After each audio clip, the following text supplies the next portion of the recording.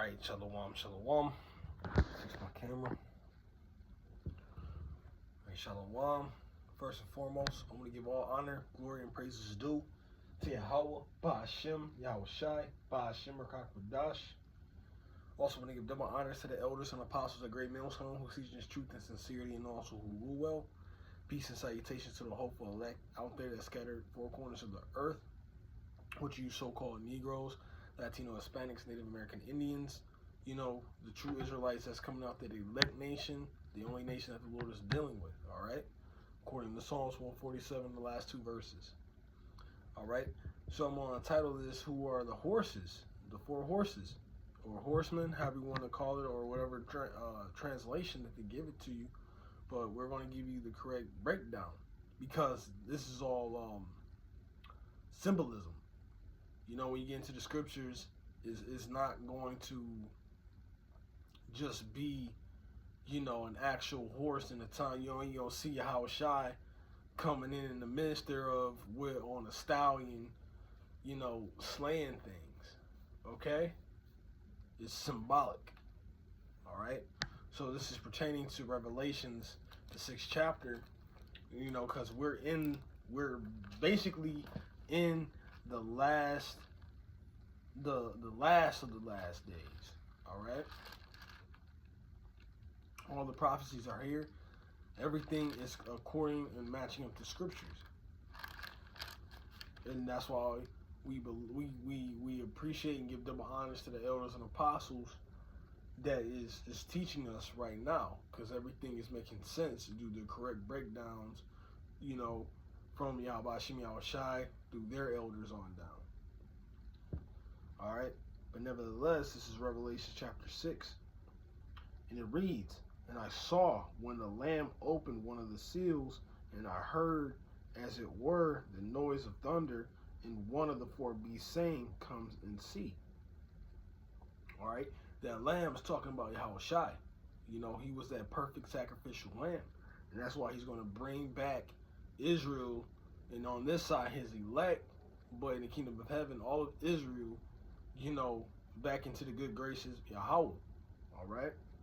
Because he's our mediator, all right? And it says, "Open one of the seals, and I heard, as it were, the noises of the thunder, one of the four beasts saying, Come see me." All right? And that seal was the real wisdom and understanding of the scriptures. Just if you was to go back and look in time, you really couldn't understand the correct way to break down these scriptures. Now, you know, we can understand it. Yahweh Shai was the only person that was worthy enough to break the seals.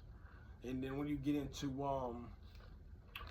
Revelation, I believe 5:1, it reads, "And I saw in thy right hand him that sat on a throne, and a book written within on the backside, sealed with 7 seals." And 7 means a number of completion. And then when Yahweh Shai came on the scene, he understood the whole breakdowns. And even in Revelation, the 14th chapter, when it comes to that new song, it was going to be the real wisdom, knowledge, and understanding of the scriptures. So when you go to Christianity and versus what you see the sincere and true prophets preach out, you will say, "Oh, these are two different breakdowns." It's a new song, you know.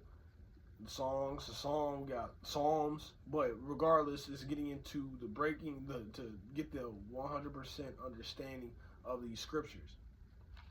All right. So we got, and then like I said, the 7 is a completion, and the men at GMS, Lord willing, and I'm saying it humbly, we have that 100% truth, you know, because we get into studying and really wanting to get to our heritage. But nevertheless, verse 2, and it reads, "And I saw, and behold, a white horse, and he sat on him, had a bow, and a crown was given to him, and he went forth conquering and to conquer." All right. So it says, and I saw and behold a white horse. So white is supposed to represent purity, and you know the horse is supposed to represent power. Okay, but in this sense, you know Yahweh Shah is coming back in a chariot. All right, so that was supposed to be a representation into some is symbolic for the chariot. And it says, and he sat on him had a bow. You know, he's gonna come back. He's coming back for war. All right. You know, I believe Psalms and Salakia. I think it was Psalms 90. Let's check real quick. It was 92.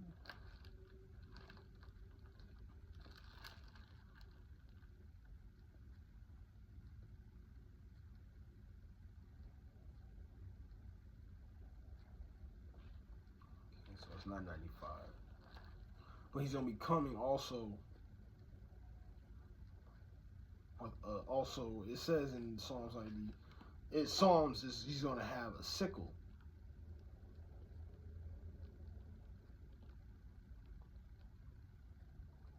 But what's the sickle?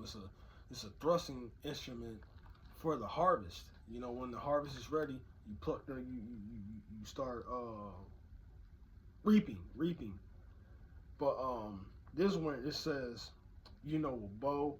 Some translations will say an arrow, but either way, to have it's usually a bow and arrow because you can't use one without the other.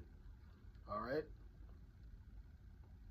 And it says, in a crown giving unto him, and he was forth conquering and to conquer because he's going to be taking down these other nations. You know, that's why he have those many crowns. All right. Because he's going to be taking the victory and bringing and winning against all these wicked kingdoms. All right, verse 3. And when he had opened the second seal, I heard the second beast say, come and see me. And it says, verse 4. And there went out a horse that was red, and power was given unto him therein to take peace from the earth, and that they should kill one another, and there was given unto him a great sword. Now, this particular verse that red horse is talking about the nation of Edom. All right, get into your Hebrew, you know, Edom, you know, get into, you know, red or Adawam, you know, it was getting into him.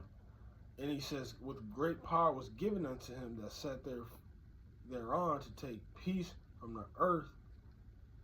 And, you know, we all know what Esau's, you know, power was. And actually everything that's going on the earth, anything that he's in power of course he came,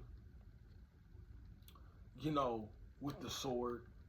But now since he's in the power of everything, you know, it says he says the hand of the world was given to the hands of the wicked.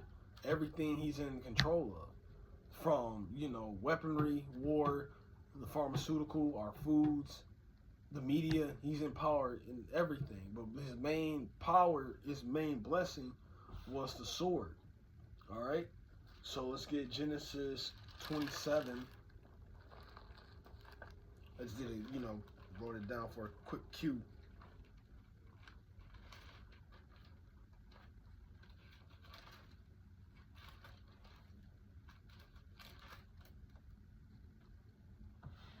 And I wanted to have two particular quick verses.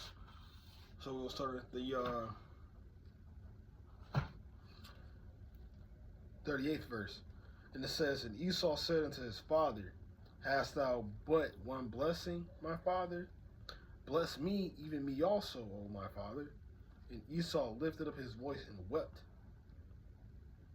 And Isaac his father answered, and he said unto him, behold, thy dwelling shall be the fatness of the earth, and of the dew of the heavens. And the fatness of the earth, have you noticed that he had his hands in everything? Esau is always prospering. Like, you'll see him on TV shows, your average Edomite will be prospering way more than Jake in these other nations. Verse 40, and it says, and by thy sword shall thy live, and shall serve thy brother, and it shall come to pass when thou shalt have the dominion, that thou shalt break his yoke from off thy neck. And the point where I was getting into his blessing was the sword, man.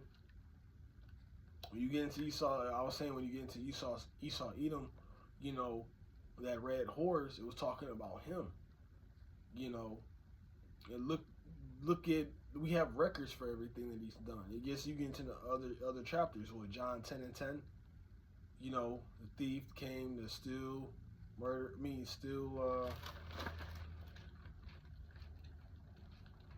I don't want to butcher the rough paraphrasing.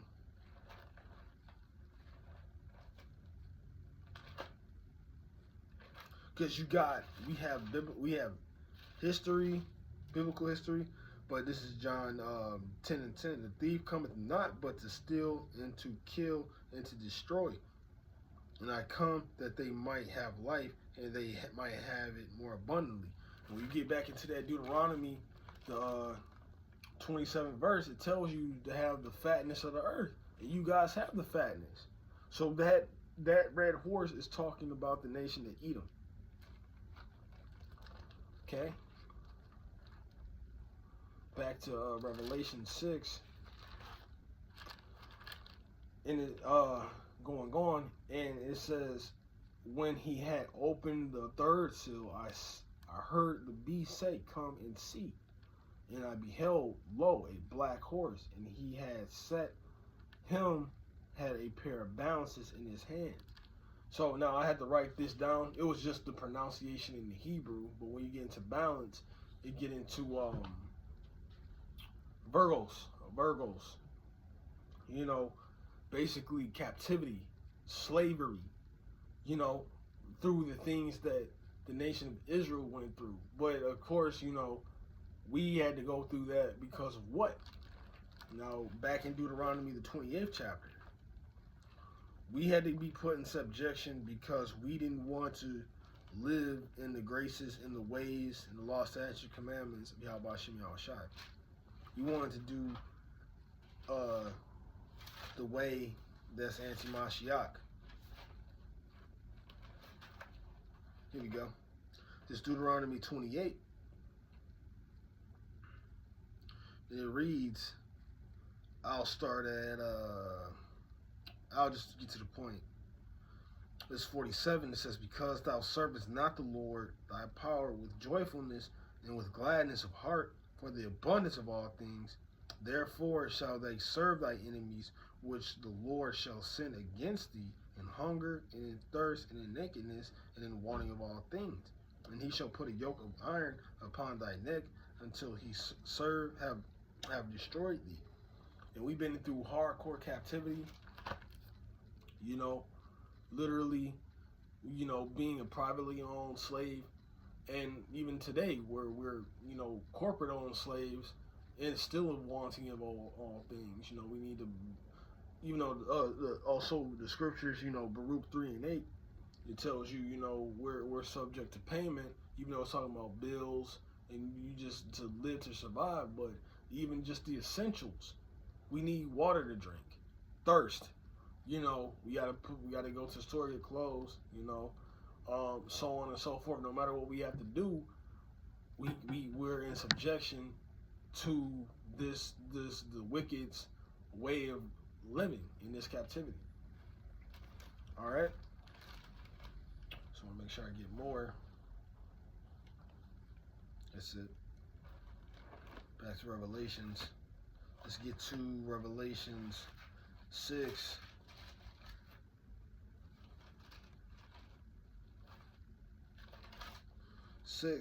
And 6. And it reads, and I heard a voice in the midst of the four beasts saying, a measure of wheat for a penny, and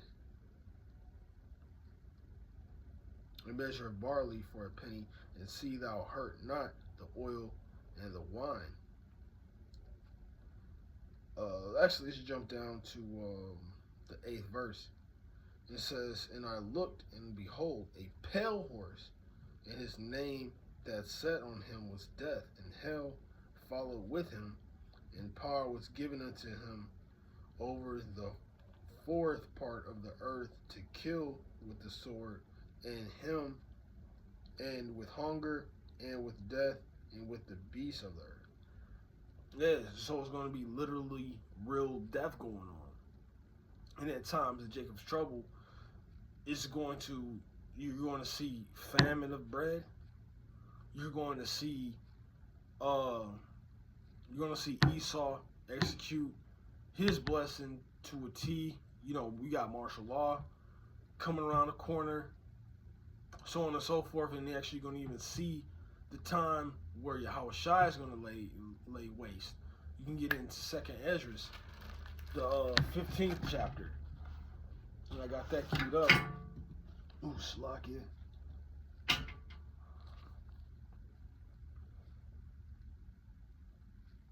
We can start at verse 8, and it says, "I will hold my tongue no more as touches the wickedness which were profanely committed, neither will I suffer them in those things in which they wickedly exercise themselves." Because wickedness is, polluted, like it touched the heavens. And it says, "Behold, the innocent and the righteous blood crieth unto me, and the souls of the just complaineth continually." And then that's giving me, Ezekiel 9:4, because the ones that signed cried and missed her up, they was against everything that was happening. Now imagine when all hell breaks loose. And it says, "And therefore saith the Lord, I will surely avenge them, and receive unto me all the innocent blood from among them." Now, that also gives me Romans 12:19 vibes, because we're not supposed to pay vengeance. The Lord is going to get his vengeance, and of course, he's going to come back for the sincere men and the elect. He's coming for his elect, and you're not supposed to taste the apple of his eye. Might as well wrap your neck around a chain and throw a millstone in the river, because what the Lord going to do is going to be way worse. You might as well do that for what you did to, his favorites, and especially the elect. And it says, "Behold, my people is led as a flock to the slaughter. I will not suffer them to dwell in the land of Egypt." Because I think that was a Persian and Medes captivity. But, that was before then. This is all spiritually. It's talking about America, because we're going through the same vibrations. We just different. This is still slavery. We're still living paycheck to paycheck. This isn't living, man. We're just surviving in this society of wickedness, but the Lord is fed up with it. So he's coming, and it's going to be straight up righteous destruction what the Lord is about to go and do to this place. It's going to destroy the wicked. He's going to, 2/3 of our people got to die. But, they don't want to come back to the Lord. And he picked you. So it's only right. And then, once we start getting the kingdom of heaven established, you guys are going to be under subjection for us. Proverbs 11:1. "A false balance is unjust. For y'all just to think y'all going to get away scot-free, y'all got another thing coming." All right? But, Lord willing, I hope this video was edifying. Just want to continue to grow, get better in studying, and having full understanding of this song, the new song that's being preached. But again, I want to give all honor, glory, and praises due to Yahweh, Ba'ashem, Yahushua, Ba'ashem, Rakakwadash. And again, double honors to the elders and apostles, the great Millstone Salat, that's teaching us truth and sincerity, and also who rule well. Peace and salutations to the hopeful elect. I want to close out, say shalom, and on to the next lesson.